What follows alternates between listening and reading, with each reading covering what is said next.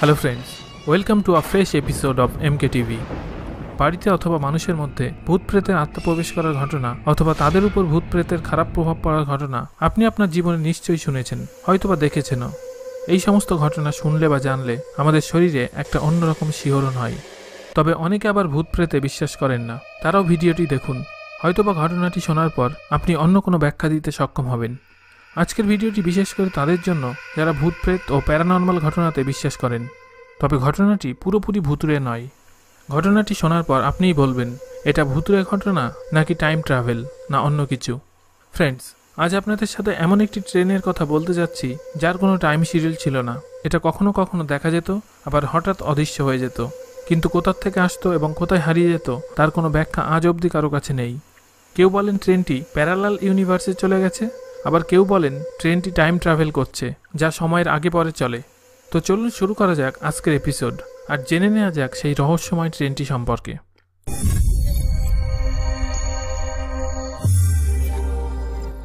1911 সালে ইতালির railway company জেনিটি একটা নতুন ধরনের ট্রেন যাত্রা শুরু করে, শুধুমাত্র লোকাল সাইটসিংয়ের জন্য। ওই বছর 14 জুন দুপুরে ট্রেনটি 100 জন যাত্রী এবং 6 জন ক্রু মেম্বার অর্থাৎ মোট 106 জন মানুষকে নিয়ে লোকাল সাইটসিং করার জন্য যাত্রা শুরু করে।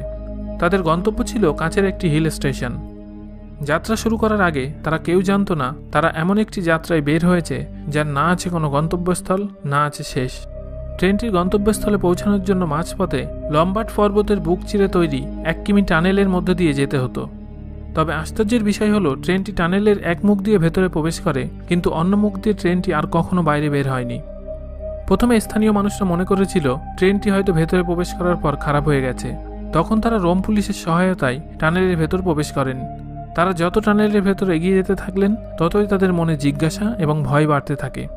এগিয়ে যেতে যেতে তারা টানেলের অন্য মুখ দিয়ে বাইরে বেরিয়ে আসেন, কিন্তু 14 জুনের ওই ট্রেনটির কোনো নাম নিশানা খুঁজে পান না। এই ঘটনায় স্থানীয় সব মানুষ ভয়ার্ত ছিল। তারা অবাক হয়ে গেছিল, এত বড় ট্রেন টানেলের মধ্যে থেকে কোথায় গায়েব হয়ে গেল এই ভেবে ভেবে।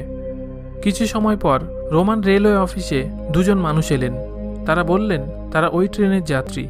ট্রেনটি টানেলে ঢোকার আগেই তারা লাফ মেরেছিল, কারণ তাদের অন্যরকম অনুভূতি হচ্ছিল, কোনো বিপদ ঘটার আভাস পেয়েছিল এবং টানেলের মুখে সাদা ধোঁয়ার মতো কিছু দেখেছিল।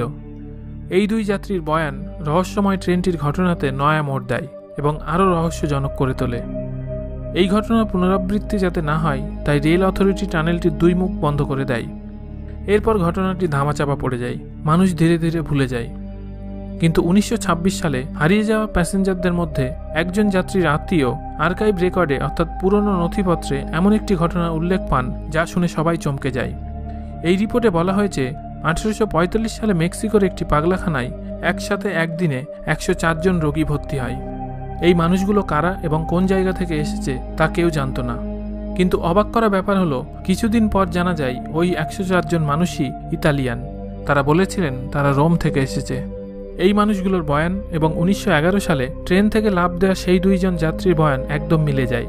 কিন্তু বিস্ময়ের বিষয় হলো যে ঘটনা 1911 সালে ঘটেছিল সেই ঘটনায় হারিয়ে যাওয়া যাত্রীগণ 1845 সালে একটি পাগলাখানায় কিভাবে ভর্তি হতে পারে। আরও একটি বিষয় হলো সব যাত্রী বলছিল তারা রোম থেকে এখানে এসেছে একটি ট্রেনে করে। কিন্তু আপনি জানলে অবাক হবেন রোম থেকে মেক্সিকোর দূরত্ব প্রায় 10,000 কিমি। এই 2টি স্থানের মধ্যে রয়েছে বিশাল আটলান্টিক মহাসাগর ও বেশ কয়েকটি সাগর। কিভাবে একটি ট্রেন জলের মধ্যে দিয়ে এত রাস্তা যেতে পারে? পাগলাখানায় ভর্তি যাত্রীদের কথা যাচাই করার জন্য রোম থেকে মেক্সিকো যাওয়ার জাহাজগুলোর প্যাসেঞ্জার লিস্ট চেক করা হয়, কিন্তু সেখানেও কোনো যাত্রীর নাম নথিভুক্ত ছিল না। তাহলে ওই পাগলাখানায় একই ভাষায় কথা বলা, একই দিনে ভর্তি হওয়া, একই দেশের 104 জন মানুষ এলো কোত্থেকে? এই ইতালীয় মানুষগুলোর মধ্য থেকে একজন ব্যক্তির কাছ থেকে একটা টোবাকো বক্স পাওয়া যায়, যার উপর কোম্পানির নামের সাথে 1907 সাল লেখা ছিল। এই বক্সটি আজও মেক্সিকোতে রাখা আছে। ট্রেনটি ওই টানেল থেকে কোথায় উধাও হয়ে গেছিল তা আজও এক রহস্য, বিস্ময় হয়েই আছে। কিন্তু এই ভুতুড়ে ট্রেনটি কয়েকবার রাশিয়া, রোমানিয়া এবং ইতালির কয়েকটি স্থানে দেখা গেছে। সমস্ত প্রত্যক্ষদর্শীদের কথায় তারা যে ট্রেনটি দেখেছে তা হঠাৎ তাদের সামনে এসেছিল, আবার গায়েব হয়ে গেছিল। প্রত্যক্ষদর্শীরা বলেছিল ট্রেনটিতে 3টি কম্পার্টমেন্ট ছিল, যা একটি লম্বা লোহার দণ্ড দিয়ে একে অপরের সাথে লাগানো ছিল। রোমের মিউজিয়ামেও এই ট্রেনটির একটি মডেল রাখা আছে। এই ঘটনাগুলো প্রমাণ করে যে আলাদা আলাদা জায়গায় দেখতে পাওয়া ট্রেনটি একই ছিল।